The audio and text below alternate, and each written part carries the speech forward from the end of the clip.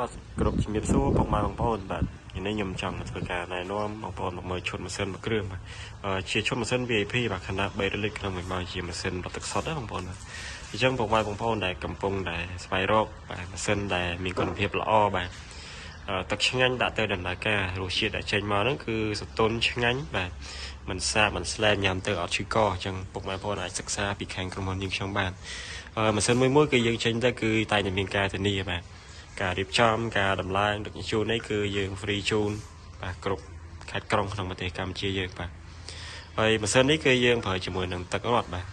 ហើយអញ្ចឹងម៉ាស៊ីនគឺយើងអាចប្រើទឹកគ្រប់ប្រភេទមិនថាទឹកស្រះទឹកត្រពាំងទឹកទន្លេទឹកដងទេគឺយើងអាចយកមកចម្រោះទឹកសុទ្ធបាន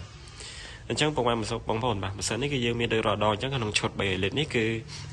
មានស្តែន2គ្រាប់បាទស្តែនខនាត1000លីត្រអញ្ចឹងយើងផ្ដល់ជូន2គ្រាប់ជាមួយផ្ទុកទឹកឆៅឬមួយទៀតផ្ទុកនៅទឹកសុទ្ធដែលចម្រោះរួចអញ្ចឹងម៉ាស៊ីននេះគឺយើងមាន option ដូចរដងអញ្ចឹងបាទគឺមានសារ៉ែនមានការលាងអូតូមានការ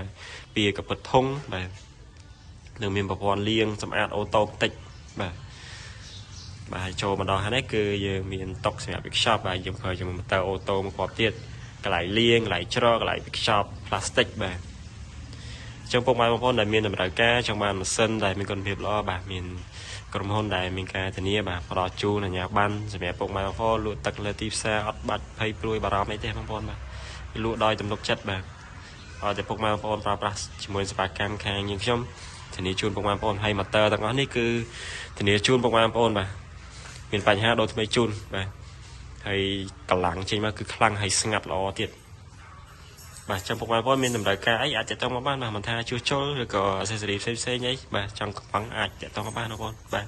ចុះវីដេអូនេះមានប៉ុណ្ណឹងបងប្អូនបាទយើងជួបគ្នានៅវីដេអូក្រោយៗទៀតបាទសូមអរគុណនិងសូមគោរពលា